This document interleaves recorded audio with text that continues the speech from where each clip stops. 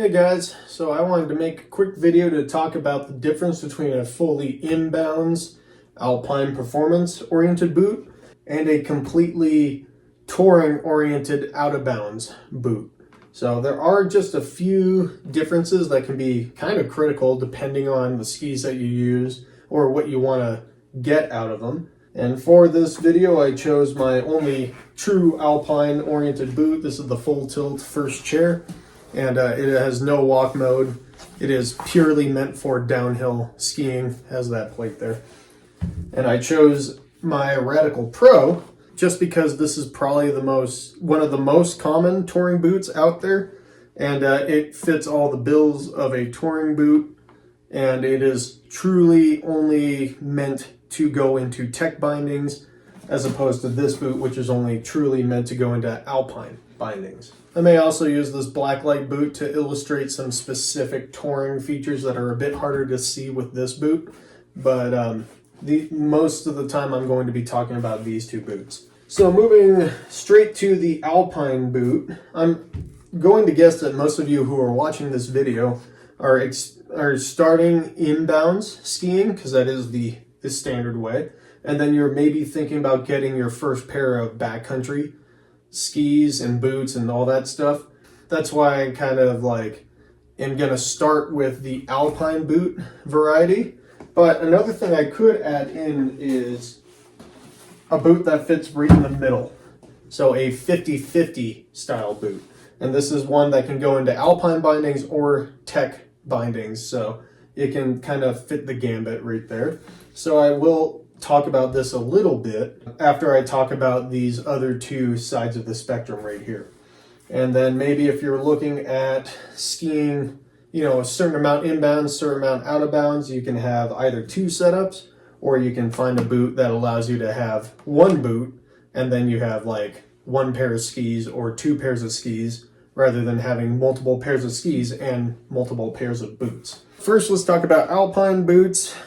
These things are a bit more simple in terms of tech boots. I'm not looking for features as much on Alpine boots as just the fit and the performance. So I don't really care about how heavy they are. In fact, most people would prefer a heavier Alpine style boot. I'm just looking at kind of the weight, how they fit with my foot and my footbed, and what kind of skis I'm planning to drive with them. So if I'm going to drive my heaviest pair of skis, then I get my heaviest pair of boots.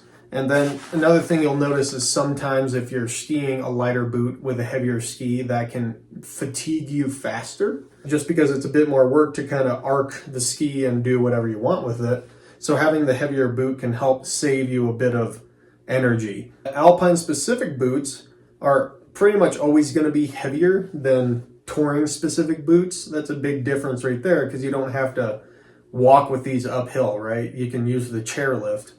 Another thing is Alpine specific boots. This is the biggest tell right here. Will have a plastic thing on the sole right there. It's just a piece of plastic, but what that does is it interlocks with the anti-friction device on your ski binding. And any Alpine binding will have a little sliding plate underneath the toe, which allows you to slide out of the binding if you fall in just the right way. So it's very important that that binding is releasable, and this is kind of the most reliable system they found, at least. This boot in general it has grip walk, so the little rubber plates right here. If you want true full-on performance and you want to go with the more plastic style soles right there, like you find in race boots. However, those race boots are more restricted to what bindings they can clip into. So you usually have to pair a race boot with a race binding. For more average Joe like me skiing around the resort, I'm fine with grip walk, and all of my bindings are grip walk compatible. Another big difference with Alpine boots is the plastic that they use is much thicker and much more robust. It can take a lot more of abuse, a lot higher forces on it. And that's usually another thing that adds a lot into the overall weight of the boot. So the plastic on this boot is much thicker than any sort of touring boot, just to have that durability and that support. And that affects performance, obviously in a good way, By now, you may have figured out that the boot flex really doesn't matter a whole lot. It just depends on kind of the company. So the company more or less sets what denotes a 130 or a 120 flex or something like that. But if you're going from an Alpine boot to a touring boot, that's where the flex ratings can get a little wonky. So if I ski a 130, this is a 130 flex boot. If I'm skiing that in the resort and I buy a boot that says 130 flex, that's a touring boot, it's still going to feel a lot weaker than this boot. There's definitely a huge difference between this 130 flex and this 130 flex. I have to ski this a lot harder to get any sort of forward flex out of this boot than I do with this boot. And that's just because this one's a bit more of a touring sort of oriented boot. This one's full Alpine, so they have different plastics that make up the boots. And it's not just company to company, it can be within the same company using a more thick plastic on this Dynafit T-Guard versus a much thinner plastic on this Dynafit Blacklight. So even though they're the same company, they have a much different plastic much different plastic mixture. And this one even has some carbon throughout the last right here and a full carbon cuff. So that way it's more on the lightweight side, but the flex itself is going to be way less. They market this as a 90 flex boot. The big secret with the boot flex there is try them on in the store and really try to flex them and try to see if you can find a touring boot that's roughly the same feeling as your Alpine boot, then you're probably going to be pretty happy. And staying within a brand can help. I'd say that's ultimately kind of like the main differences or like main things to note with an Alpine boot. Generally speaking, these like, the latches, the clips, the straps, whatever your boot uses will probably be a bit more burly, for harder charging like this T-Guard. You can have more metal type clips right here or buckles. And you can also see they added a real power strap to this boot. This came with the boot, so more of a performance-oriented fit right there. This full tilt, same deal, like a ratchet real power strap. A lot of boots will come with a Velcro power strap right here. And if you do really want some performance out of it, a lot of times you have to replace that Velcro strap. I did the same thing on my Blacklight here where I replaced it with a booster strap, which is a really great, cheap way to get a lot more performance out of your boot. So the Radical has a Velcro power strap normally, and then I just replaced it with a Hoji free strap, so that way it still works with the Hoji lock system right here. And now I'm not worried about that Velcro wearing out. But yeah, moving on to touring boots. Like I said before, they have a much less stiff or thick or burly sort of plastic that make up the boot, and that saves a lot of weight. Like this boot, it's 2,000 grams. This thing's like 1,450 grams. So if you're really used to that other boot, this thing feels like a feather. You can also see how like the buckles or adjustment going from like a two-piece boot design, like with your 4 buckles right here. Now they just kind of focus on the most important parts of keeping your heel down and giving you a little bit of control up here.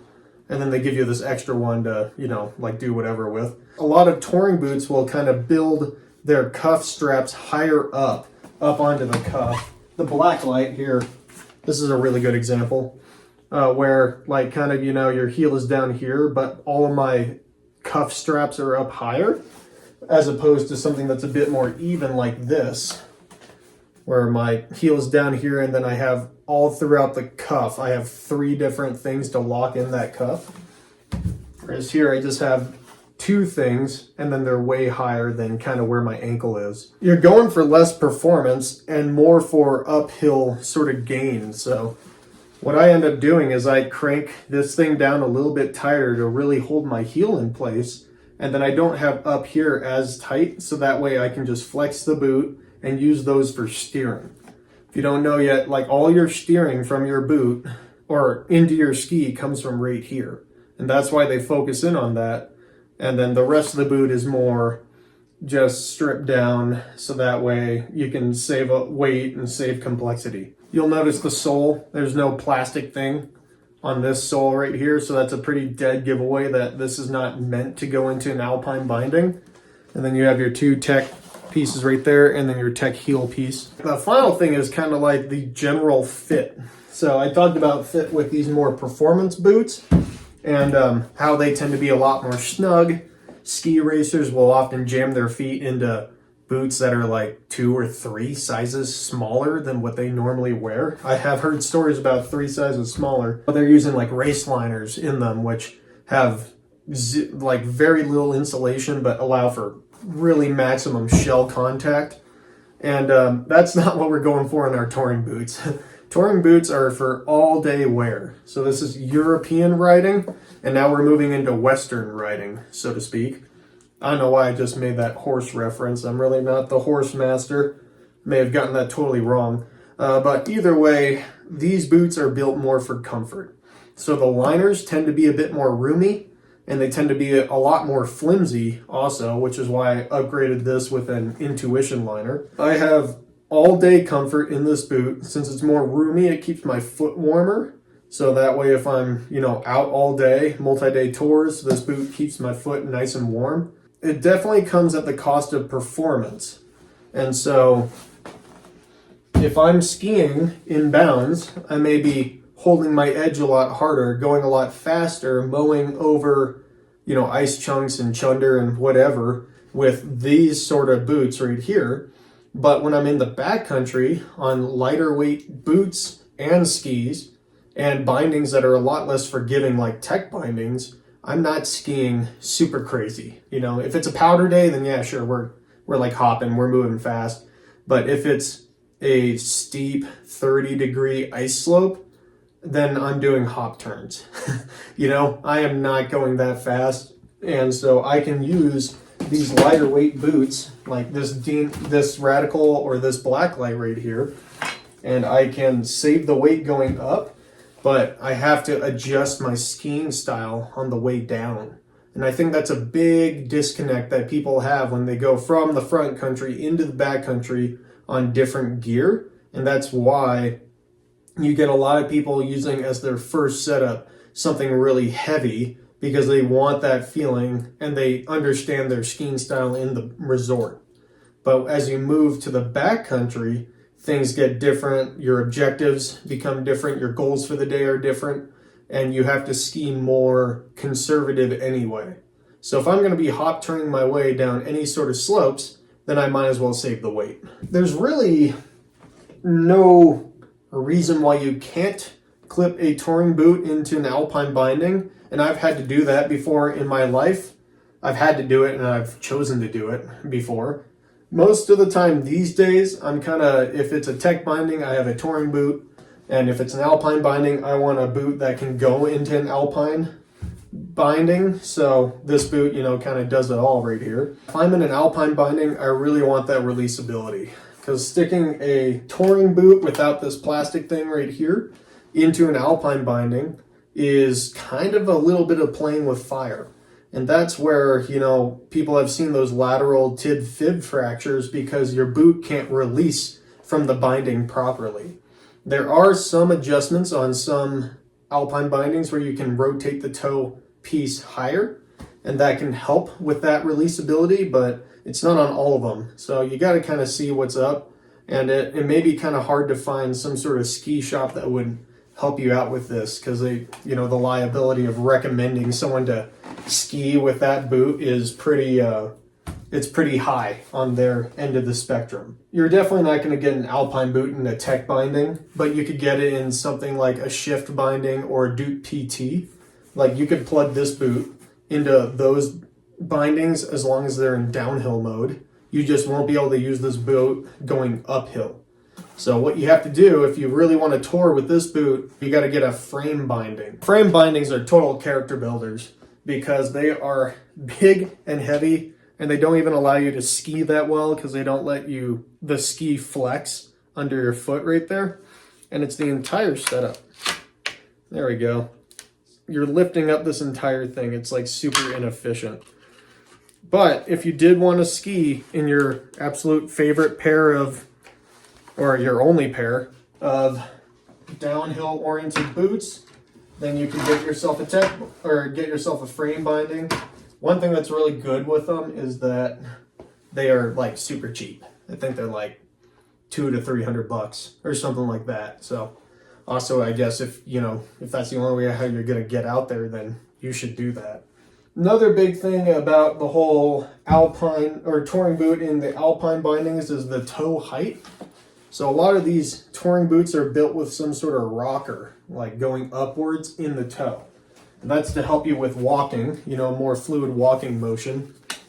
And maybe this would help if I had a full downhill binding to show you, but you can see that amount of space right there. So that toe height's a bit higher than in something like a more Alpine oriented boot. Like there you go. It's probably a very slight difference there. And this boot may have a bit more upward lean than others. You got to experiment. But if I'm going to try to put this boot in the same binding that I roll with this full tilt, I may compare the two toes just on the table like that and see if they're about the same height. Because something like a Scarpa Maestrale has a super high toe, and it may not fit right into an Alpine binding. And that's just a ticking time bomb. I guess the final touring boot that for sure cannot go in an Alpine binding is something like this too, where the lip is right under the toe. There's no way there's enough plastic here to actually go into an Alpine binding. So they pretty much made that lip so that way you could put crampons on these boots for like ski mountaineering. If you want a bit more beta on touring boots and Alpine bindings, if you talk to ski patrollers, because they tend to do that a whole lot, sticking like an Alpine boot or a touring boot in an Alpine binding. I've seen plenty of ski patrollers in Maestrales. I maybe have seen one or two patrollers in this boot right here. Just talk to them about the bindings that they've figured out work with this boot. If you just want one boot to rule them all, buying something like a 50-50 boot, either in that 15 or around that 1500 gram range, or you could buy a more 80-20 style boot that's in that 1800 gram range with all the same features, is the way to go. And then you can either have one ski with like a Duke PT or whatever on it, and then you can bring that outside. You can keep that in the resort. If you want kind of like two pairs of skis, you can have your only inbound ski and then have a more lightweight backcountry style ski. The 50-50 boots are great, but they don't quite do everything as well as possible. I would say, go for your standard fully featured Alpine oriented boot. Doesn't matter if it has a walk mode or not. And then you could have your more touring specific boot. And then that way you can have full performance inbounds and then full comfort going uphill out of bounds. At the moment, this is my inbounds boot, the T-Guard, and it does everything pretty well. It may not walk as well as some of the touring boots, and I may not be able to ski exactly the same way as in these, but I think for my specific skiing style, this gets me everything I need, and I'm pretty happy with them. So I could always just clip this into a pair of Duke PTs and have my heavy setup for sending in the backcountry too. So I'm really enjoying that sort of setup right now. Well, there you guys have it.